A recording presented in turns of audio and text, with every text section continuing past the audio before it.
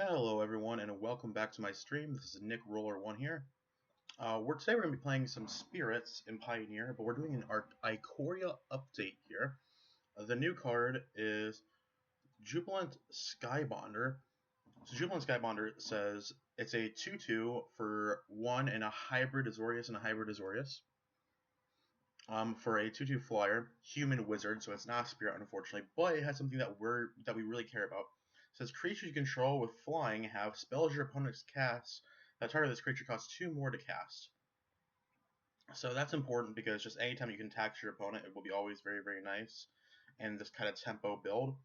But really interesting thing about that as it relates to Pioneer is one of the cards that's always been a bane of this deck, especially like for Mausoleum Wanderer.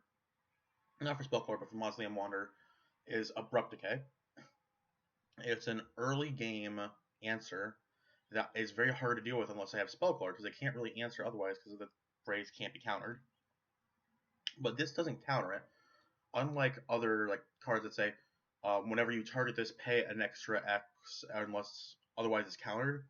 This says you have to pay 2 more to target it. So this will still affect things that normally can't be countered, such as Abrupt Decay. So that's going to help out quite a bit. I think that's just going to be enough where I'm going to want some. So I'm playing 1 in the sideboard and 2 in the main. Where I made room for that is I took out 1 Nebelgast Herald, because that card is good when it's good and bad when it's bad. And right now in the meta, it's starting to get a little bit worse, where I think that it's still a very, very good card and still going to make the cut. But I don't think I went the full play set. I think I went 3 of them. And then the other card that I cut was 1 Spectral Sailor. Because once again, it's another one of those cards where it's good when it's good and it's bad when it's bad. And it's one of the common cuts from the deck. And so I think 3 is the right number for both Nebelgast Herald and for the Spectral Sailors. So I'm playing 2 of these guys in the main to test them out, and then 1 more on the side for if we face up against probably just Sultai. It's probably the main one we're going to bring in against. With that in mind, we're going to hop into a league now, and let's get started. Make sure I'm recording here. I am. Perfect. Perfect. Alright, not that many people online right now. Active players 260. I've actually noticed ever since IKORIA came out, there's been a decreasing amount of players playing currently, which I think is interesting. I think it means one of 2 things. Either they've all switched over to Arena. Oh, speaking of which, I do not want to open that up. No, I don't. Or that people are just not enjoying the mechanics from IKORIA, and unfortunately, I think it might be the latter. I enjoy the set, but I know a lot of people who do not. They think that companions, I'm going to keep this in, are actually not a fun Magic experience. And unfortunately, I agree with most of them. Especially for Standard, it's pretty homogenizing because it restricts deck building, yes. But if those cards are too powerful, suddenly the... Oh, now that's interesting. Laguna Band Trailblazers. So we're facing some sort of Boros Heroic deck, so probably Feather. Alright, so let's lead on this Brain Pool Taps and pass it on back to our opponent. Alright. Opponent untaps here.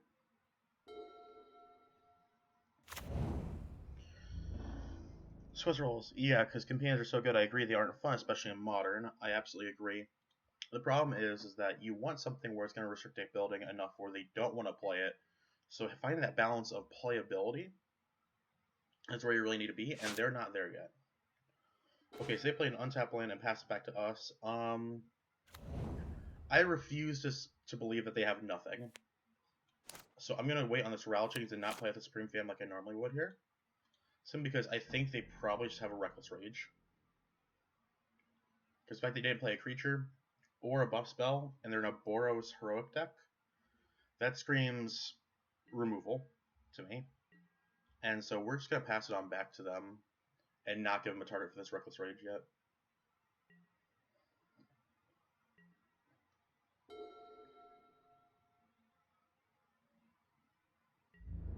Opponent moves to combat, goes right through it, goes their end step. Okay, so they're not jamming a Feather this turn. So I want to jam this Rattle Chains here, just to present a clock. and to get this Reckless Rage out of the way. Because it's going to enter, and then Sugar on the stack on itself, they're probably going to Reckless Rage it. But yeah, so certain cards are a bit too powerful. Like I think Loris is big. There's the Reckless Rage like we predicted. Sure. Rally is down. The other one that I'm really not digging is the Rakdos one. One that doubles damage from only odd. You can only play odd cards in your deck. Alright, we're going to play this island. We're going to pass it back to them. And the reason why I don't like that one either is just simply because I just think that, well, to be completely honest, there's a point where you want to restrict deck building so it's unplayable. Problem is, now all the decks are getting homogenized because of just how restricting it is. That is fine. Breaker Battle is fine. We're just going to let them pump everything into this and then Nabagast Herald it down. Or it'll just skip through beginning of combat. That's cool deck. Okay.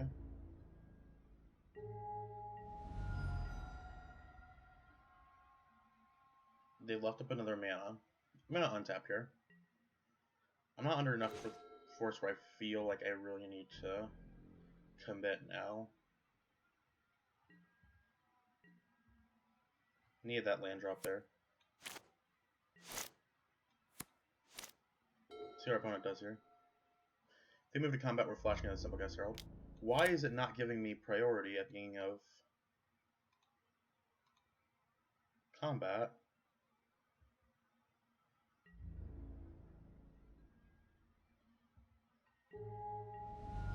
Owen fits into GDS easily, and a free Furnace Wrath is silly. Oh, unfortunately, I agree with you there.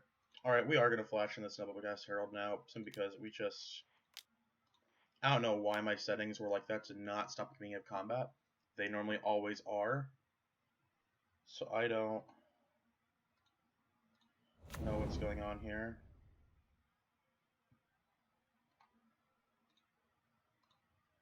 Why are my settings all messed up here? But yeah, I agree that the companions, they do one of two things. Either slot into a deck really, really well, or they make a new deck. But the problem with this new deck is it's so homogenized because of the way in which the restrictions fall that it's just...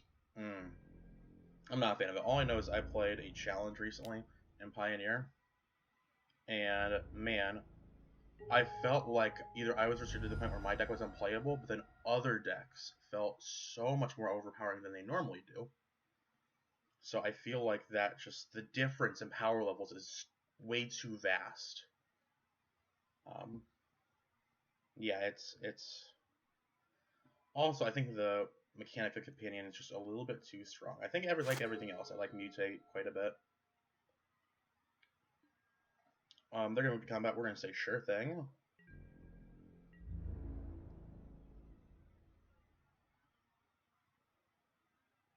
They're gonna think on this. They're gonna bring it on in. We're gonna say sure. We're gonna untap here.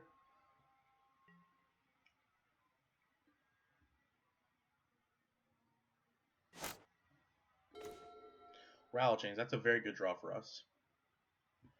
Okay, so let's jam out this Supreme Phantom here then.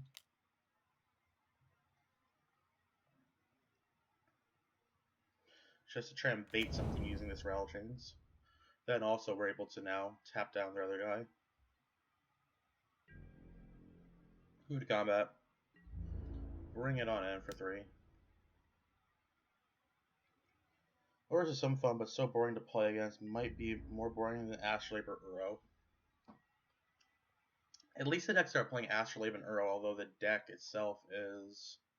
The card itself is really just... the decks behind them are very, very interactive. Loris I see as a fail-safe / safety net for a lot of these really linear decks, and I feel like those decks just tend to be much more like... What's a good way to say it? There's this point inconsistency that you don't want to happen.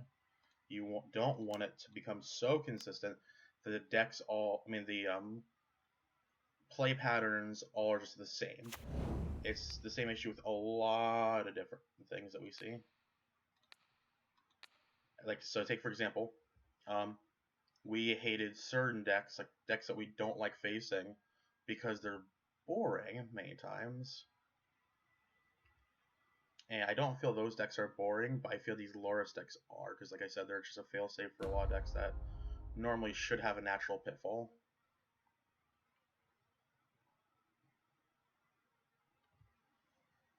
So yeah, Companion I'm not a fan of.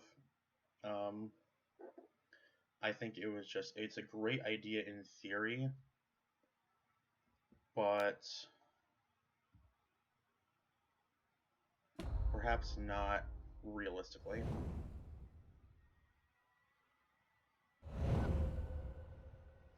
Alright, so we were able to flash in our Ral Chains here and protect our Supreme Phantom off of a Reckless Rage, and they fight as one as well, so they're just trying to present a clock now. They have actually found a land and shocked. They're going to God's Willing, name Blue, and get in for some damage. Let's see if they have a Temur Battle Rage to finish us off, though. If not, I think we just take over this game.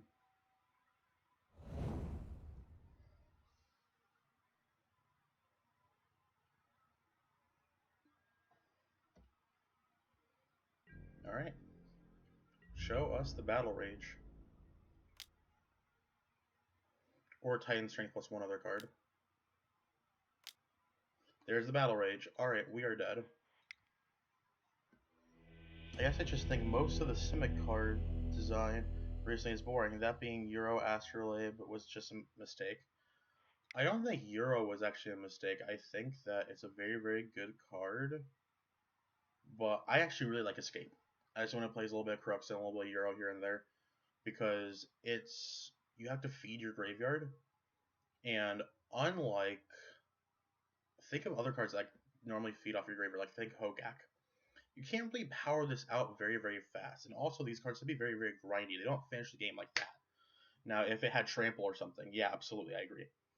But you think about these cards, and they're not back-breaking, actually. They die to a lot of things because of that return. Like, if you are able to even so much as bounce it back to their hand, they have to exile their graveyard again after playing it.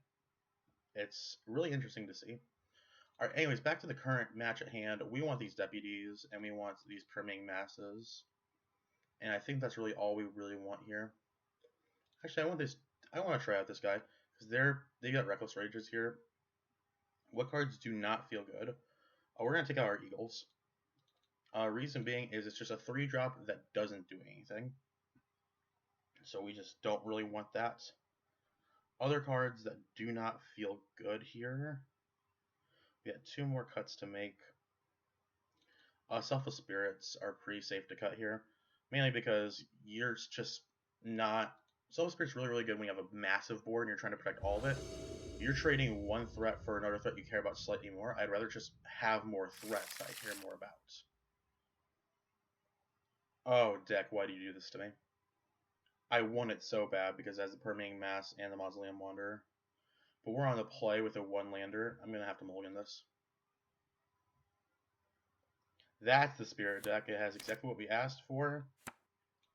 But it has it in a much more, I was going to say, less risky way to keep it. So we're going to keep this. We're going to get rid of this Selfless Spirit here. Done.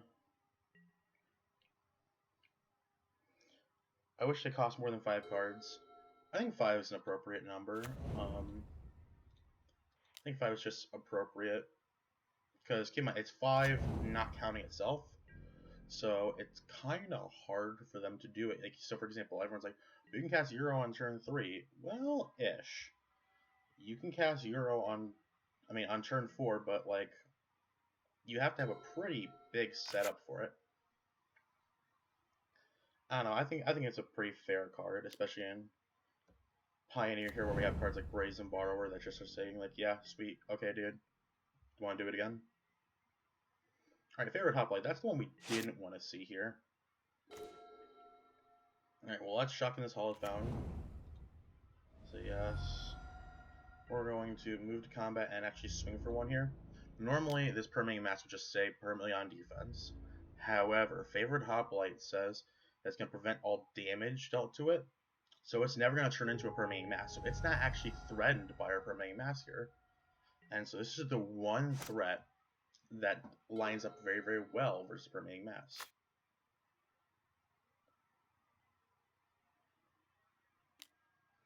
Opponent. I'll go up and Trailblazer. Sure thing.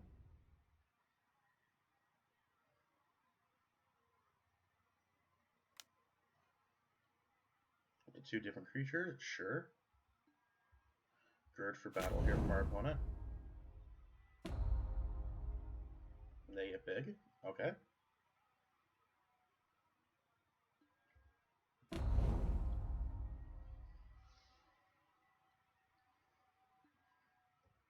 They are missing red, though.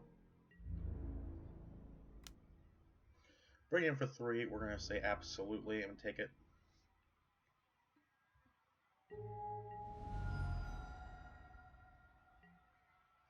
And so we're going to flash in this Rattle Chains here. Presenting more of a clock, but also allowing us to have flash for all of our other creatures that we play going forward off of this Nibelgeist Herald.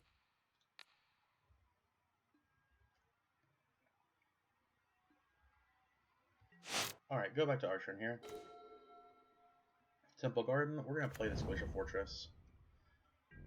And we're just going to move to combat and bring it in with just our Rattle Chains.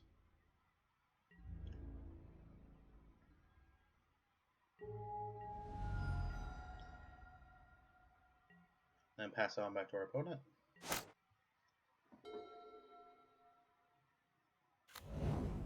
Opponent makes a land drop, and it is a red land. It's a Clifftop Retreat. Let's go ahead and flash in this Nibelgeist Herald. And tap down that Favored Hoplite.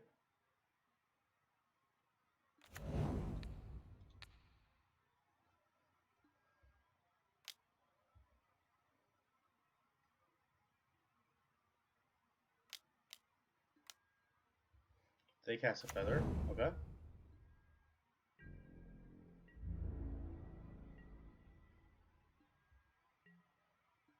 No, we really need something like the Deputy here.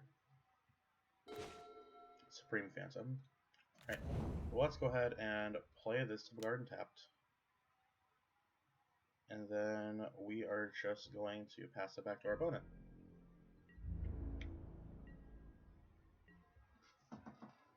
Pass it on back to them.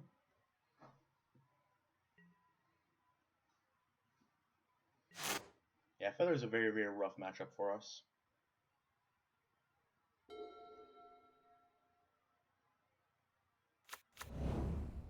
Battlefield Forge from our opponent.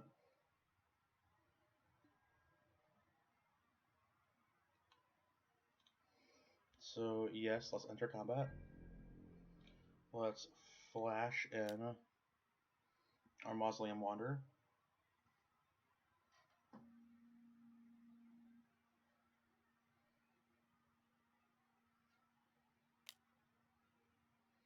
Defiant Strike on the go and Trailblazer. Sure thing.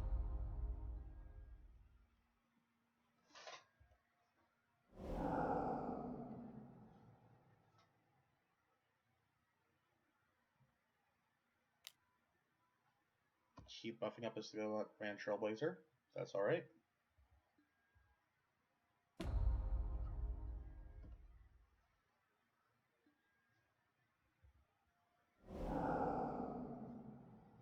Yeah, I don't think we're making it out of this one.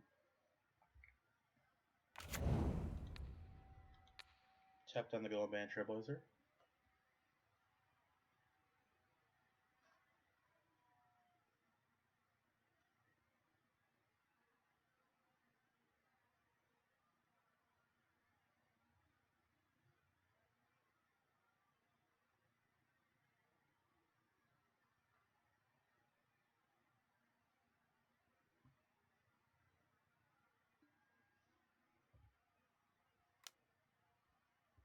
Then we're going to let them enter combat, hoping they swing with this Feather.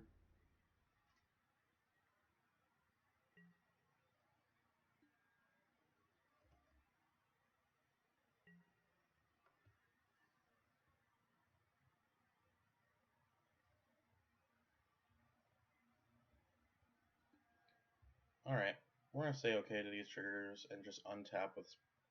Are we? Now let's flash in the Supreme Phantom. Because if the card we need to draw here is either Company or Deputy, and we can't play both. So normally I want to hold a Supreme Phantom for the Noble Gas Herald, but I need to play to how I'm going to win, and not just what I have currently. I need to play to what I need. Let's tap down this feather.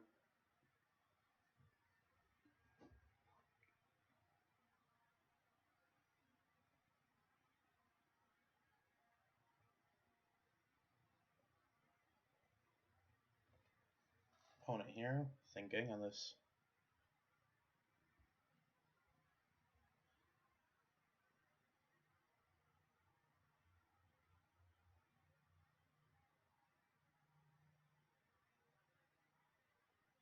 Let's see here. Opponent really taking their time here on the feather.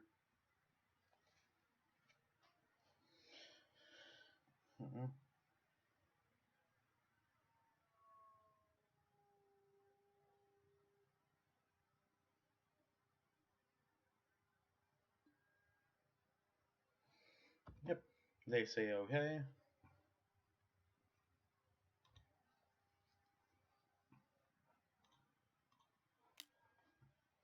And Sep, sure. Go back to our turn here.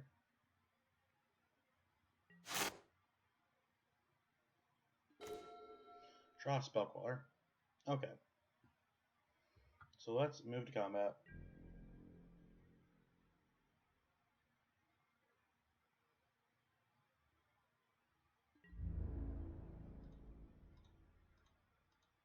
And bring out in with all our flying threats.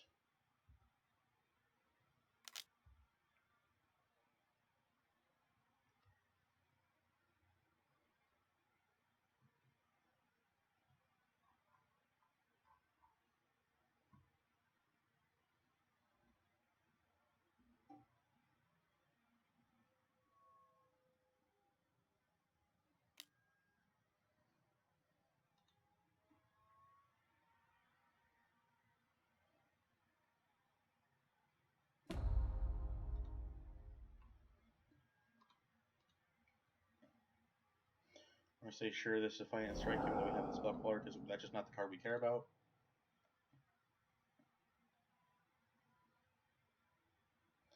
We just have to be more patient here.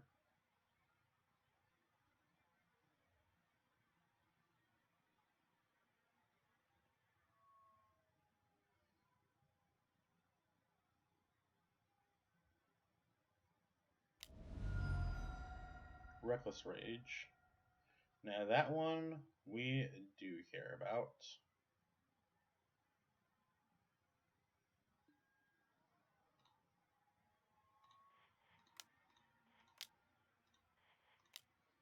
Let's go ahead and flash in this Buckler here.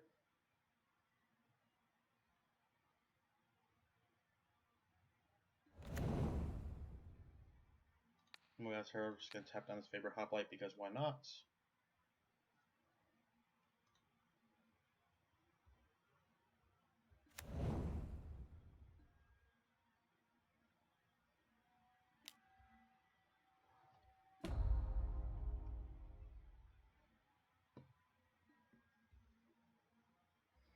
Alright.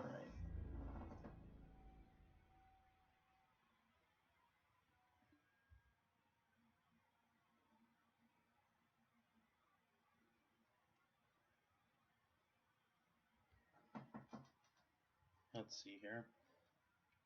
Opponent thinking. They have no place to make with Nomi untapped. Alright, end of combat. Let's get main, and they will not be getting the Circle Bridge back because underneath the Spellcaller. They play a land here. Self-top retreat.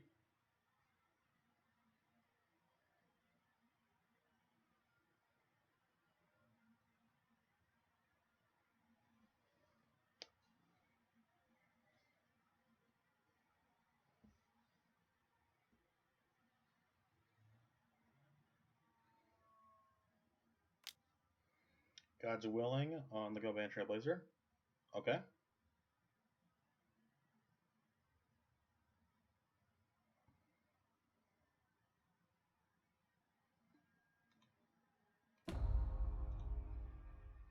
Let's see what color they name here.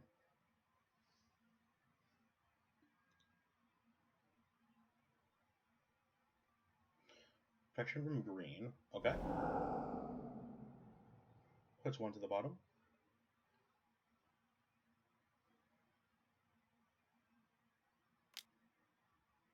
Defiant Strike. Okay. Trigger Feather redeemed.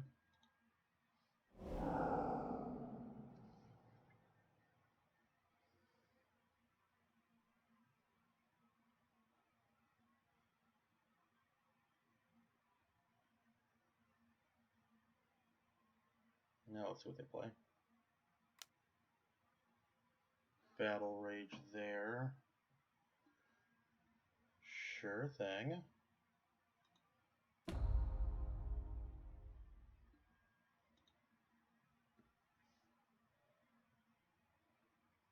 Yeah, that'll resolve.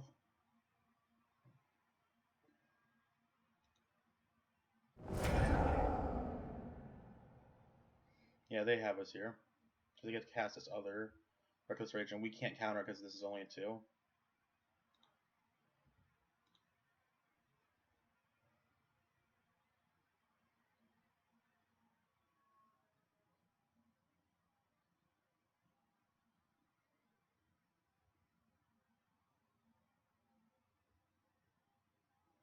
Yeah, they're going to hit that one.